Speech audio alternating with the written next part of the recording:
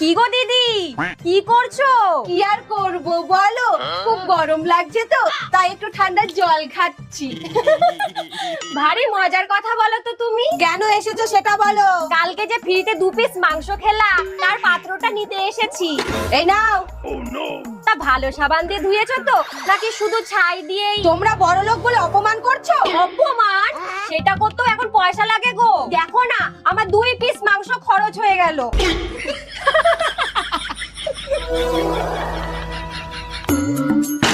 উফ, মানুষের দুটো টাকা হলে মাটিতে আর পা পড়ে না। না, খুব খিদে পেয়েছে, আমি দুটো খেয়ে নিই।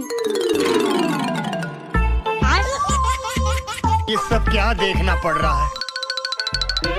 বৌমা, তোমাকে কতদিন বলবো ঘরে দুয়ারে বসে ভাত